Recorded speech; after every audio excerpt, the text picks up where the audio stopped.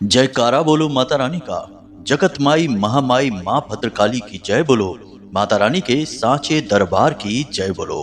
तो कन्या राशि वालों, आप सभी का बहुत बहुत स्वागत है कन्या मंथन भिंड यूट्यूब चैनल में। बंधुओं, अब समय आ चुका है कि जब आप अपने जीवन के हर एक कष्ट, धोखे और परेशानियों से छुटकारा प्राप्त कर लेंगे। जी हाँ बंधुओं, अब आपका बड़े से बड़ा दुश्मन भी आपके सामने घुटनों पर बैठ जाएगा, आपसे नजरें तक नहीं मिला पाएगा। जी हाँ बंधुओं, हम आपको आज एक ऐसा प्राचीन तंत्र देने जा रहे हैं जो अत्यंत गुप्त है परंतु बेहद ही शक्तिशाली है। जब आप इस तंत्र का प्रयोग करना शुरू करेंगे तो इसके परिणाम आपको तुरंत ही अपने जीवन में, अपने शरीर पर और अपने घर में दिखाई देने शुरू हो जाएंगे। इस तंत्र से दैवीय ऊर्जाएं, दिव्य शक्तियां घनीभूत हो जाती हैं, केंद्रित हो जाती हैं और आपकी हर एक इच्छा और मनोकामना को पूरी करने के लिए आतुर हो जाती हैं। जी हाँ बंधुओं, इस तंत्र विद्या के लिए आपको इन दो चीजों को अपने घर आज ही लाना होगा जब आप इस कार्यक्रम को देख रहे हैं, क्योंकि आप जितनी देर करेंगे उतना ही पवित्र समय गुजरता चला जाएगा और आपके जीवन के लिए परेशानियां बढ़ती चली जाएंगी। बंधुओं, एक बात यहाँ पर हम आपको पहले ही बता दें कि आज आप इस कार्यक्रम को पूरा अवश्य देखना, अंत तक देखना और सबसे महत्वपूर्ण बात कि इसे बिल्कुल अकेले में ही देखना। और हम आपसे वादा करते हैं कि जब आप इस कार्यक्रम को अंत तक देख लेंगे और उसके बाद इस कार्यक्रम में बताई गई चीजों और विद्याओं का प्रयोग अपने जीवन में शुरू कर देंगे, जो कि बहुत ही सरल हैं परंतु बेहद गुप्त हैं, तो आपके जीवन में अद्भुत परिणाम आप देखेंगे। हम तो यहाँ तक कहेंगे कि जिन चीजों के लिए आप अब तक तड़प रहे हो वे सारी चीजें आपको एक एक करके मिलने शुरू हो जाएंगी। जी हाँ बंधुओं, अब आपके मन में विचार आ रहा होगा कि आखिर ऐसी कौन सी चीजें हैं और आखिर ऐसा कौन सा तंत्र है और हमें आज तक किसी ने इस तंत्र के विषय में क्यों नहीं बताया है। तो बंधुओं, हम आपको बता दें कि जो सचमुच में काम करने वाली विद्याएं होती हैं उन्हें जानबूझकर गुप्त रखा जाता है। उन विद्याओं को अगर सरेआम सबको बता दिया जाएगा तो उनकी जो ऊर्जाएं हैं, उनकी जो शक्ति है वह धीमी पड़ने लगती है, कमजोर पड़ने लगती है। इसीलिए हम आपसे कह रहे हैं कि इस कार्यक्रम में बताई गई बातों को किसी को मत बताना, चुपचाप अकेले में देखना और खुद से ही इनका प्रयोग करना शुरू कर देना। यदि आप इन चीजों का प्रचार करना शुरू कर देंगे तो इनकी शक्ति कमजोर पड़ने लगेगी। जी हाँ बंधुओं, तो अब ज्यादा समय खराब न करते हुए चलिए अपने मुख्य विषय की शुरुआत करते हैं। माता रानी का नाम लेते हुए कमेंट बॉक्स में पूरे भक्ति भाव के साथ लिख डालना, जय माँ भद्रकाली रक्षा करो। माता रानी निश्चित तौर पर आपके ऊपर कृपा करेंगी, आपकी रक्षा करेंगी, हमें पूर्ण विश्वास है। इसी के साथ साथ बंधुओं, यदि आप इस चैनल कार्यक्रम पर पहली बार आए हैं तो आप इसे सब्सक्राइब अवश्य कर लें। इसमें आपका ही लाभ है बंधुओं, क्योंकि हम हर रोज ऐसे ही ज्ञान से भरपूर जीवन को बदल देने वाले कार्यक्रम लेकर आते रहते हैं। तो चलिए बंधुओं, चैनल को सब्सक्राइब करिए, फिर आगे बढ़ते हैं। अब बंधुओं, अब पछताने होत का जब चिड़िया चुगे खेत। कहने का मतलब यह है कि लोग अक्सर जीवन में बड़े बड़े कार्य कर लेते हैं, काम धंधे व्यापार की शुरुआत कर लेते हैं, नौकरी कर लेते हैं, विवाह संबंध तक कर डालते हैं। फिर जब तकलीफें आती हैं, परेशानियां आती हैं, जीवन में पल पल में रुकावटें आती हैं, तब उन्हें याद आता है कि क्यों ना अपनी कुंडली, अपना चार्ट दिखा लिया जाए और जीवन में आ रही परेशानियों का कारण जान लिया जाए। लेकिन बंधुओं, यह बहुत देर से होने वाली प्रक्रिया है। बेहतर प्रक्रिया यह है कि कोई भी महत्वपूर्ण कार्य आपको करना है तो पहले अपनी कुंडली का सही आकलन करवा लिया जाए, ग्रह दशा का, महादशा का, ग्रहों की सकारात्मक स्थितियों का पूर्ण ज्ञान हासिल कर लिया जाए। उसके बाद ही कोई भी महत्वपूर्ण कदम उठाया जाए तो आपकी तरक्की के, काम धंधे में, व्यापार में उन्नति के बहुत अधिक चांसेस रहते हैं, जीवन भी सरल बनता है।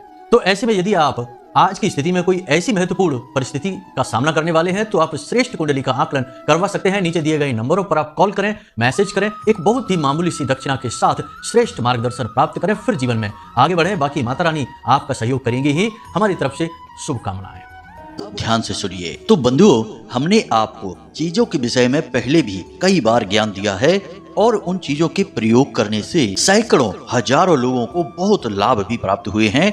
लोग हमें कमेंट करते हैं, मैसेज करते हैं और कहते हैं कि गुरुजी, आपने जो हमें उपाय बताया, जिन चीजों के बारे में हमें ज्ञान दिया, हमने जब उन चीजों का प्रयोग करना शुरू किया तो हमारे जीवन में अद्भुत बदलाव आने शुरू हो गए। मतलब कहने का यह है कि कई लोगों को अपने जीवन के कष्टों से मुक्ति प्राप्त हुई है। अब बंधुओं, ये सब बातें हम आपको इसलिए बता रहे हैं कि अब तक हमने आपको जिन चीजों के विषय में बताया है वह इन दो चीजों के आगे कुछ भी नहीं है। जी हाँ बंधुओं, इन दो चीजों की शक्तियां बहुत अधिक हैं। इन्हें जानबूझकर गुप्त रखा जाता है। इनके विषय में लोगों को जानबूझकर बताया नहीं जाता है क्योंकि इनके दुरुपयोग होने का खतरा बना रहता है। इन चीजों के विषय में पुराणों में देखने को कई बार आता है कि ये उपाय हमारे पुराने प्राचीन ऋषि मुनि राजा महाराजाओं को और राजकुमारों को इन चीजों के विषय में बताया करते थे और इन चीजों के प्रयोग से इन राजा महाराजाओं को बहुत सारी खुशियां प्राप्त होती थीं, बड़े बड़े राज्यों की विजय प्राप्त होती थी, धन दौलत और संपदा अकूत मात्रा में भर जाया करती थी, खजाने भरे रहा करते थे और सुंदर कन्याओं से उनका विवाह हो जाया करता था। तो कहने का मतलब यह है कि ये दो चीजें प्राचीन गुप्त महाविद्याएं हैं।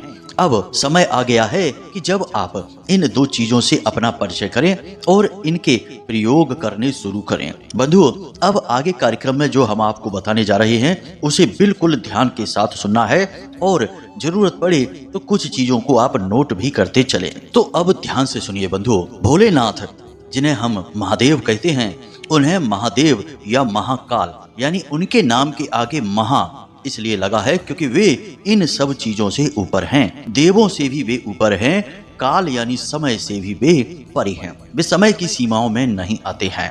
अब महादेव की एक विशेष खूबी है कि जब किसी के जीवन में हद से ज्यादा कष्ट लिखा रहता है और उन कष्टों को भोगते भोगते जातक परेशान हो जाता है, उसे कोई मार्ग नहीं दिखाई देता, तो वह महादेव की शरण में चला जाता है। और जब महादेव की शरण में वह जाता है तो महादेव उसके माथे पर लिखी हुई किस्मत की लकीरों को बदल डालते हैं। उसके भाग्य को पलटने की, उसकी किस्मत को बदल देने की और कष्ट की जगह उसके जीवन में, उसकी किस्मत में खुशियों को लिख देने की क्षमता, शक्ति, पराक्रम्य केवल भोलेनाथ के पास है, महादेव के पास है। इसी प्रकार पुराणों में एक कथा सुनने को मिलती है कि ब्रह्मा जी एक बार परेशान होकर भोले बाबा से मिलने उनके धाम पहुंचते हैं और जब उनके धाम पहुंचते हैं तो भोले बाबा आंख मूंद कर समाधि में बैठे थे। तो ब्रह्मा जी जब भोले बाबा के पास पहुंचे तो माता पार्वती ने उनसे पूछा कि क्या हुआ, आप इतने परेशान क्यों दिखाई दे रहे हैं। तो ब्रह्मा जी माता पार्वती से शिकायत करते हुए कहते हैं कि हम भोले बाबा से बहुत परेशान हो चुके हैं। पार्वती माता पूछती हैं कि आखिर क्या हुआ, ऐसी कौन सी बात हो गई। तो ब्रह्मा जी कहते हैं कि हम किसी जातक के जीवन में उसके कर्म के अनुसार दुख और कष्टों को लिखते हैं और वह जातक अपने कष्ट और परेशानियों को भोग भी रहा होता है, अपने कर्म काट रहा होता है, लेकिन कहीं से उसे जब भोले बाबा के बारे में पता चलता है तो वह उनकी शरण में चला जाता है। और जब भोले बाबा की शरण में कोई जातक आता है तो ये भोले बाबा सदा शिव महादेव उसकी किस्मत को बदल कर रख देते हैं, हर एक कष्ट को काट देते हैं, उसकी जीवन में, उसकी किस्मत में, उसके भाग्य में खुशियां ही खुशियां लिख देते हैं। यानी कि ये हमारे लिखे हुए विधान को, विधि के विधान को ही पलट कर रख देते हैं। ऐसा कैसे चलेगा माते, जब भोले बाबा किसी की किस्मत का फैसला खुद ही कर देंगे तो फिर हम ब्रह्मा और विष्णु जी यानी नारायण श्री हरि विष्णु की आवश्यकता ही क्या है। तो माता पार्वती कहती हैं कि इसमें भोले बाबा का कोई दोष नहीं है। भोले बाबा हैं ही इतने भोले कि वे केवल जो सामने दिखता है, जिसका भाव गहरा है, जो दर्द में होता है, जिसकी आंख से आंसू बहते हैं, बस उसी को देखकर पिघल जाते हैं। इसीलिए तो इनका नाम भोलेनाथ है, क्योंकि ये जातक के दुख को देख ही नहीं सकते हैं। और जैसे ही जातक इनके आगे आकर आंसू बहाता है, दुखी होता है, तो ये उसके सारे कष्ट स्वयं अपने ऊपर ले लेते हैं और उसके जीवन में खुशियां ही खुशियां भर देते हैं। यानी कि भोलेनाथ का यह व्यक्तिगत स्वभाव है। और चाहे देव हो, दानव हो, मानव हो या स्वयं महादेव ही क्यों ना हो, अपने स्वभाव के विपरीत कोई जा ही नहीं सकता है और यही भोलेनाथ की मजबूरी है। तो इस कहानी से हमें यह शिक्षा मिलती है कि जब जीवन में कष्ट बढ़ जाए, परेशानियां बढ़ जाएं, तो भोलेनाथ की शरण में चले जाइए। ऋषि मार्कंडेय जो अल्प आयु थे, भोलेनाथ की शरण में जाते ही अमर हो गए और भोले बाबा के आजीवन सेवक और भक्त बन गए। तो ये सारी बातें हम आपको इसलिए बता रहे हैं कि यह जो क्रिया है, यह जो उपाय है, यह भोलेनाथ से ही जुड़ा हुआ है। जी हाँ बंधुओं, केवल भोले बाबा में ही यह सामर्थ्य है कि वे आपके जीवन भर के कष्ट और परेशानियों को मिटा सकती हैं। तो अब जरा ध्यान से सुनिए, आपको 2 चीजों की आवश्यकता है। पहली चीज, सांप का यानी नाग और नागिन का एक जोड़ा। नाग और नागिन का जोड़ा वैसे तो चांदी का होना चाहिए, परंतु यदि आपकी सामर्थ्य ना हो तो आप तांबे का भी ले सकते हैं। अब नाग और नागिन के जोड़े का क्या करना है, इसके बारे में हम आगे आपको बताने जा रहे हैं। अब दूसरी चीज के विषय में ध्यान से समझिए। दूसरी चीज है श्वेतार्क गणपति या स्वयं भू गणपति। जी हाँ बंधुओं, अब ये 2 चीजें आपको कहाँ मिलेंगी, इनके बारे में समझते हैं। तो जो नाग नागिन का जोड़ा है वह तो आपको किसी भी पूजा पाठ की दुकान पर आसानी से मिल ही जाएगा, उसमें परेशानी नहीं है। लेकिन ये जो श्वेतार्क गणपति हैं या स्वयं भू गणपति हैं, इनके विषय में आपको जानना बेहद आवश्यक है।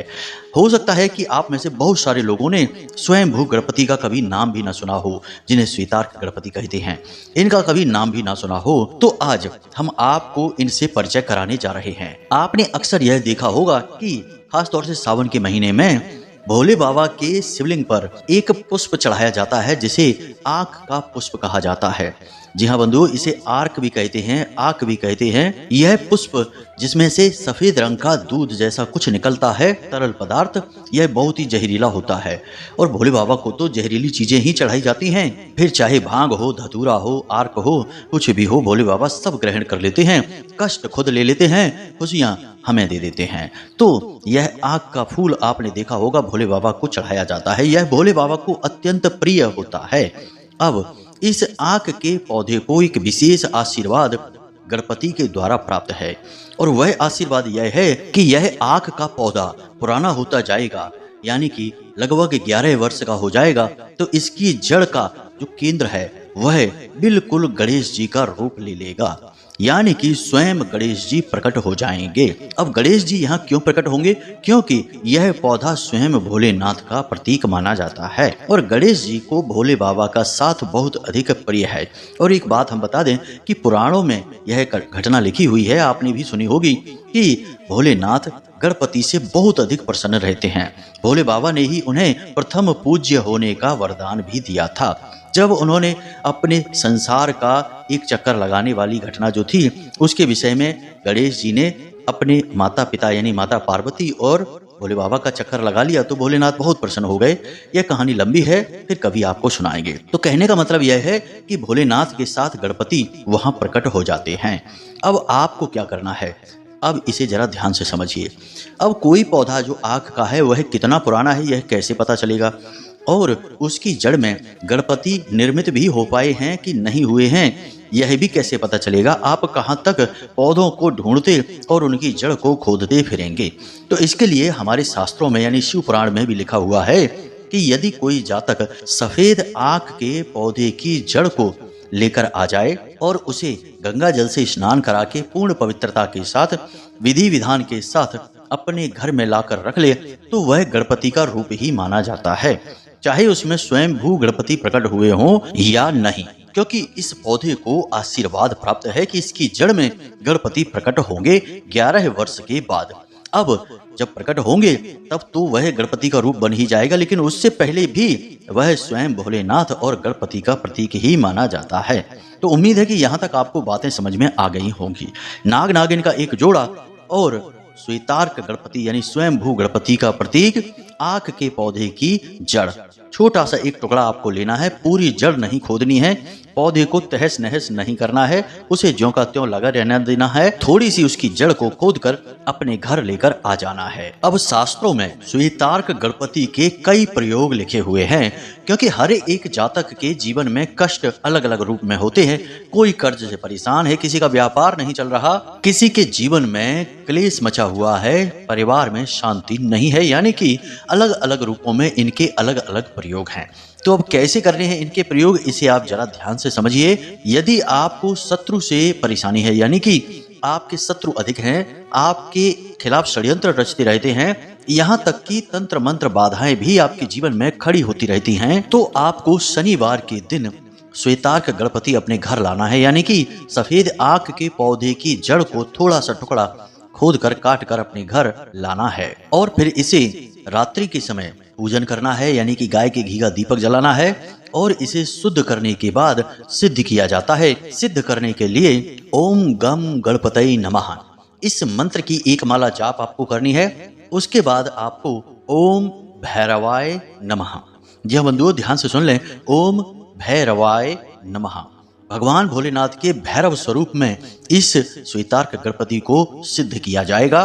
फिर इसके बाद 4 जोड़ी लौंग की और एक लोहे का छल्ला, जिसे उंगली में हम पहनते हैं वैसा एक लोहे का छल्ला आपको चाहिए और काले कपड़े में आपको इन चीजों को लपेटना है। काले धागे से लपेटकर पोटली का रूप दे देना है और इसे अपने घर के मुख्य दरवाजे पर रात्रि के समय ही बांध देना है। इस प्रकार से बांधना है कि यह किसी को दिखाई ना दे, छिपा रहे।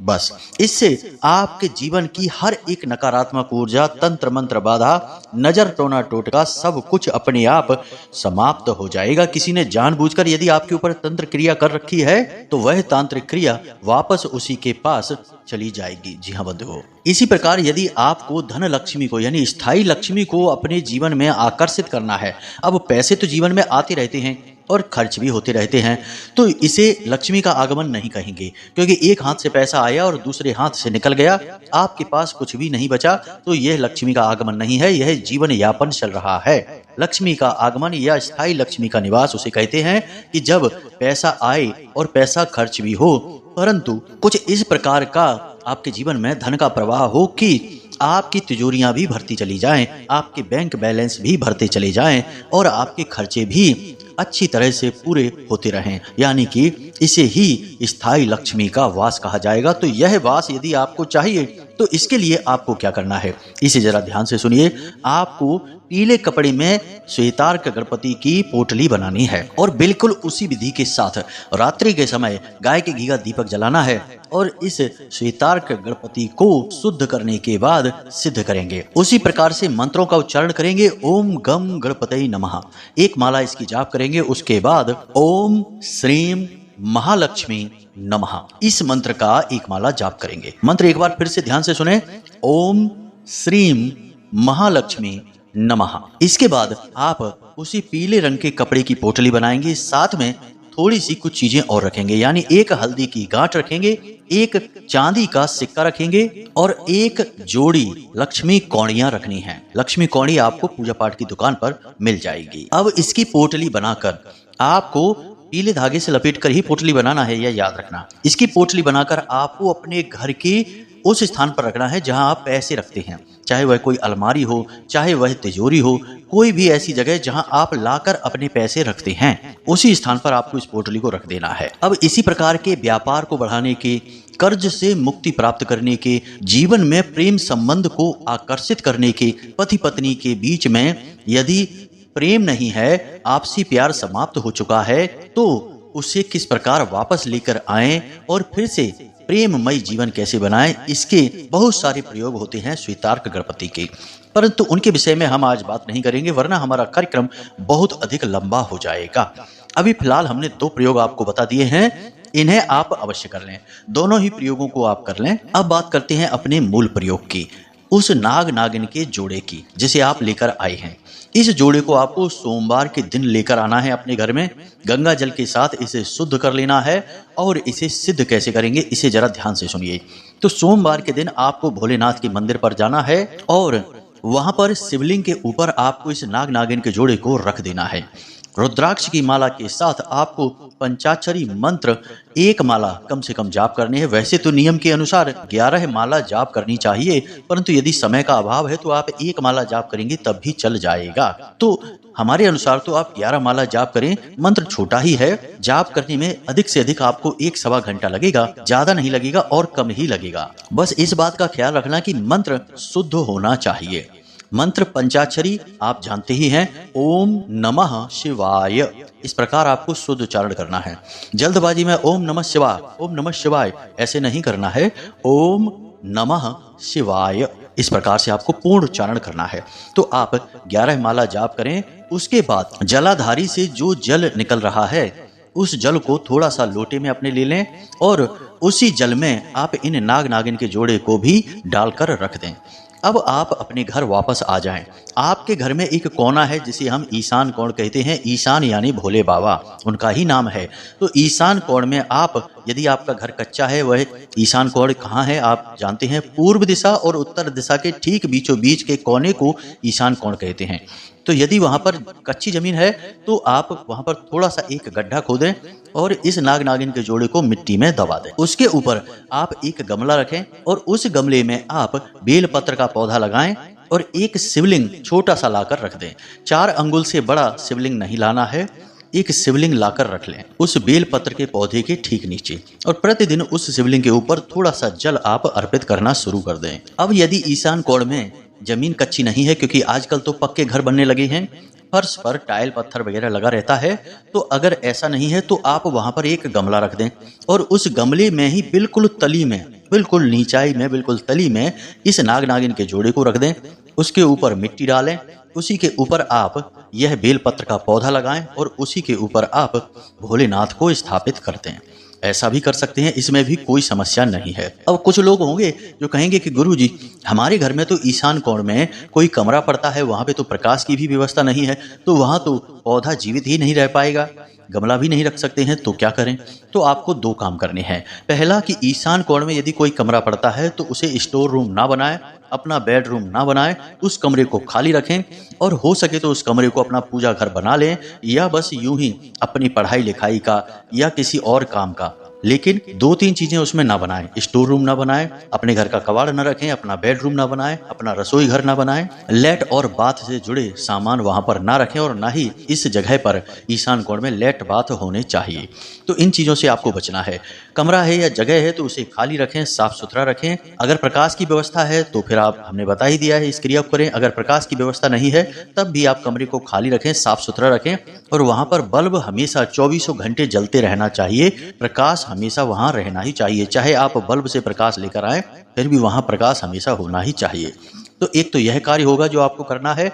दूसरा कार्य यह है कि आपके घर की छत पर ईशान कोण जिस भी दिशा में पड़ता है, जिस तरफ पड़ता है, आप इस गमले को जिसमें नाग नागिन का जोड़ा रखा हुआ है, इस गमले को छत पर ईशान कोण में रख लें, तब भी वही फल आपको प्राप्त होगा।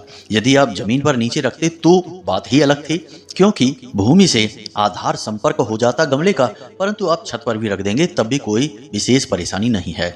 तो इस प्रकार नाग नागिन के जोड़े को अपने घर में स्थापित कर लें। किसी भी प्रकार की नकारात्मक ऊर्जा, राहु केतु की परेशानी, शनि की परेशानी या फिर किसी भी अन्य प्रकार की परेशानी आपके जीवन में है, वह समाप्त होनी शुरू हो जाएगी। प्रतिदिन भोले बाबा को जल समर्पित आप करेंगे, और हमने कहा ही था कि जिसके जीवन में चाहे किसी भी प्रकार का कष्ट क्यों ना हो, चाहे वह देवी देवताओं से कष्ट आ रहा हो, चाहे ग्रह नक्षत्रों से हो, चाहे किसी भी प्रकार की बाधा हो, एक बार जो भोले बाबा की शरण में चला गया, उसके जीवन के सारे कष्ट और परेशानी भोले बाबा स्वयं ग्रहण कर लेते हैं और उस जातक के जीवन में खुशियां और आनंद भर देते हैं, उसके भाग्य को ही पलट कर रख देते हैं। तो इस प्रकार से आपको इन क्रियाओं को करना है। इन क्रियाओं को करने के सारे विधि विधान हमने आपको समझा ही दिए हैं। कार्यक्रम को आप अच्छी तरह से समझ चुके हैं, देख चुके हैं। अब इन क्रियाओं को आप अपने जीवन में करिए, और उसके बाद क्या परिणाम आपको प्राप्त होते हैं उन्हें हमें कमेंट करके या फिर वीडियो में दिए गए नंबर के माध्यम से फोन करके अवश्य बताना है। क्योंकि बंधुओं, हम जो मेहनत करते हैं, जो क्रियाएं, जो उपाय आपको बताते हैं, वे अत्यंत सिद्ध होते हैं, अपने आप में ही महाशक्ति को लेकर चलते हैं और पूर्ण रूप से सात्विक होते हैं, यानी देवी देवताओं से जुड़े हुए होते हैं। तो हम तो जानते ही हैं कि ये क्रियाएं काम करती हैं, परंतु आपके मुख से सुनकर हमें बहुत गहरे आनंद की प्राप्ति होती है कि चलो हमारी मेहनत सफल हुई, माता रानी की जो हम भक्ति करते हैं वह भी हमारी सफल हो गई, क्योंकि जन सेवा में हमारा प्रयास काम कर रहा है। इस वजह से हम आपसे कहते हैं कि यदि आपके जीवन में जब सुधार आना शुरू हो जाए तो हमें एक बार बताना अवश्य, हमें बहुत अच्छा लगेगा। तो चलिए बंधु, आज के इस कार्यक्रम को यहीं पर समाप्त करते हैं। अब यदि कोई प्रश्न आपके मन में हो या कुंडली विश्लेषण कराना हो तो हमने वीडियो में नंबर दे रखा है, इस नंबर पर आप फोन कर सकते हैं।